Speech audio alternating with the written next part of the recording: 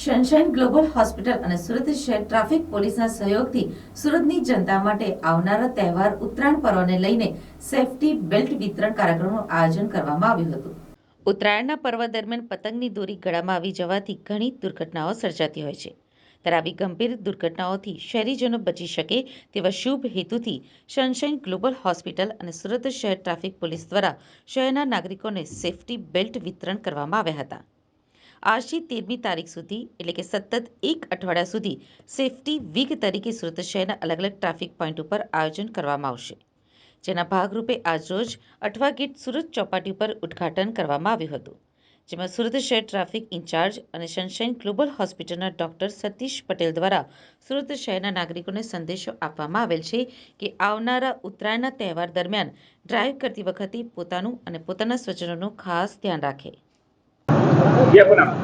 નમસ્કાર, હું Shri વૈશક sunshine global hospital તરફથી અત્યારે ઉત્તરાયણના પર્વ નિમિત્તે જે ગળા કાપવાની જે ઘટના બનતી હોય છે તેની સેફટી માટે સેફટી બેલ્ટ આપવાનું વિતરણ કરવામાં આવી રહ્યું છે, તે બહુ જ સારી વાત છે। અત્યારે ઉત્તરાયણના પર્વ નિમિત્તે આપ સૌએ નમ્ર વિનંતી કે આપ સૌ પોતાનું વ્હીકલ ધીમે ચલાવે અને પોતાની વ્હીકલ આગળ જો કોઈ દોરી હોય તો એનેથી પહેલાં બચવા માટે તમે ધીમે ચલાવો અને સેફટી બેલ્ટ ગળામાં બાંધી રાખો તો તમે એની ઇન્જરીથી બચી શકો। તે માટે આ સંસ્થા ખૂબ જ પૂજનીય કાર્ય કરી રહી છે, તે બદલ અમે એમનો ખૂબ ખૂબ આભાર માનીએ છીએ। ચાલો આપણો પરિચય।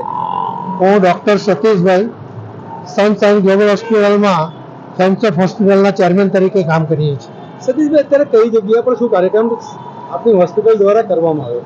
એ અત્યારે ચોપાટી ટ્રાફિક પોલીસ શાખા પર આ કાર્યક્રમ કરવામાં આવ્યો છે। શું કાર્યક્રમનું તો શું આયોજન?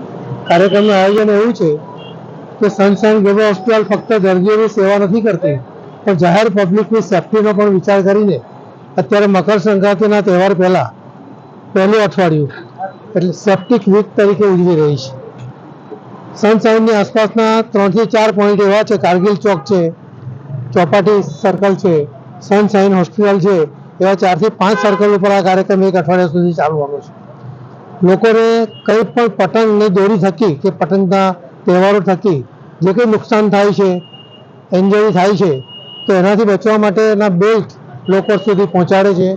એના ગળે દરેક વ્યક્તિના ગળે પણ બાંધવામાં આવે છે, એને હેન્ડઓવર પણ કરવામાં આવે છે અને ખાસ કરીને પબ્લિકને સાવધ કરવામાં આવે છે કે તમે અવેરનેસ જાગૃતિ લાવો અને મકર સંક્રાંતિ વખતે થતા એક્સિડન્ટથી તમે બચો। કેટલા બેલ્ટનું વિતરણ કરવામાં આવશે? કેટલા બેલ્ટનું વિતરણ કરવામાં આવશે? આવા તો લગભગ અસંખ્ય બેલ્ટનું વિતરણ